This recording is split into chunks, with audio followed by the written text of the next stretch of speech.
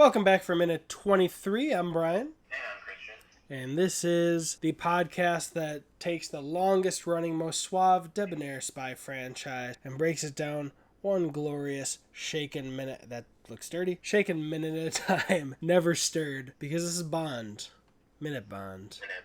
Minute Bond. I forgot to mention this in Minute Blackjack, but he says when he points the gun at the driver, he mentions his friends before his friends come back. So he still thinks that other car, which I'm pretty sure is Leiter, and his friend was working with the bogus driver. Yeah. But, Christian, what happened in Minute 23? Started off pretty funny, actually. The sergeant took a look at the dead driver in the back and noticed he was dead. And he was like, Not again. Every time Bond comes down here, damn it. And then that's when the cigarette was broken, and yes, I was right. James Bond. It's called Cyanide. Yeah. I couldn't remember. I always confused cyanide with something else that sounds familiar. Christian. What? I mentioned cyanide in the last minute too. I mentioned it. I didn't hear you mention it. You said a suicide pill, and I said cyanide. I didn't hear that part. My bad.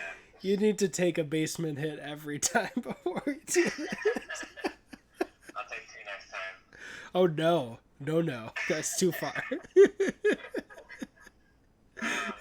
But you were saying cyanide cigarette? So it was confirmed cyanide in the cigarette, and then I think somebody walks in. It looks like a general or something that's walking in, and he says that the car was definitely stolen, but they haven't figured out whose car it was yet, right? Or did I understand that? Yeah, and then they start running down possible suspects because what did Bond say? It felt like people were selling tickets to his arrival because there's... Is that right? Is that what it sounded like? Because... It sounded like somebody was selling tickets for his arrival because somebody leaked his arrival. I mean, yes, like, think about it. He had that woman who took his photograph, that subtle photograph. Yes. And then Yes. the fake driver for him, and then another driver behind him, which may or may not be related to the driver who killed himself. There's up to 3 different parties, all just hanging out, waiting for him to arrive. It's like That's true. Yeah. foreshadowing for Sean Connery's career after that movie. You know why he quit being Bond, right? When he quit the first time? Because he was in Tokyo or somewhere, and he was going to the bathroom in a public toilet, and then saw someone with a camera looking into his toilet. He was like, I'm not being Bond anymore. This is ridiculous. Huh? Yeah, he came... I don't remember, because I know he quit the Bond movies. Someone else was an actor, I think George Lazenby, if I'm getting that right, for one movie, and then they paid him to come back again, Sean Connery. But then later on, he did a non-Broccoli canon Bond movie called Never Say Never Again. So I don't know which time. Technically, he quit twice in that timeline, but I don't remember which time. But yeah, that was one of the times he quit, if not the first. I just noticed some patches in my beard. Holy shit. I just like the idea of you being like, damn, I just noticed how handsome I am. I just noticed some, patches of no hair. Wow. I've got... Anyway, sorry. No, I had 2 things. I have one of those, and then there was that 70s episode where Kelso and Fez, they compete to grow beards, and, Fez grows a huge beard, and Kelso doesn't much. He has yours at this point, and Jackie had just broken up with him recently in the show, and her and Donna are making fun of Kelso. It's like, oh look, it's so patchy, blah blah blah, and then they compliment Fez's beard, and as soon as Kelso goes away, she's like, oh my god, it was so handsome, he's so and then Fez is like, you complimented my beard, was that not true? It's like, oh, you got some egg in your beard.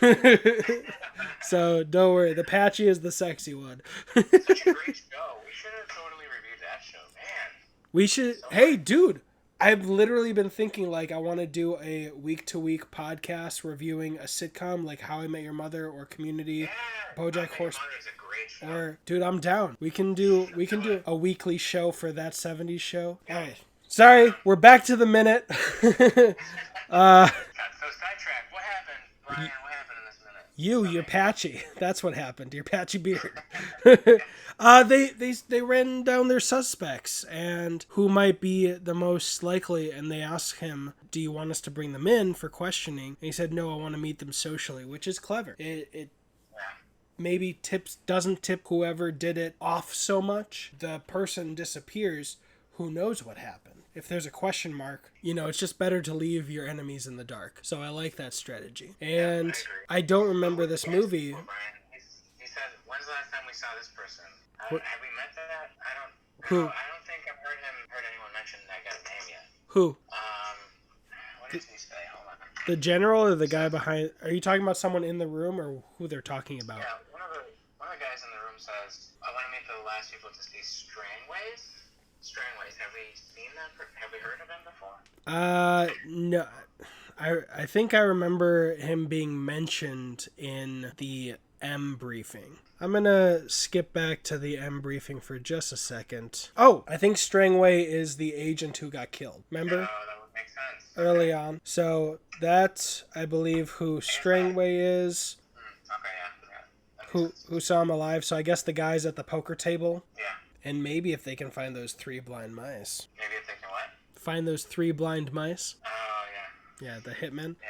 But yeah, let's take a second to look around this room. We've got a bunch of bookcases. We've got some busts. We have what I think is a more conventional lamp on his desk. It looks like it's modeled after candle wicks, but I wouldn't be surprised if it just has actual light bulbs at the top. Very similar desk to M, or at least in terms of how cluttered it is. And He's also got like 3 phones on his desk. I was gonna say, I see the one big phone on the left, and I see a white phone.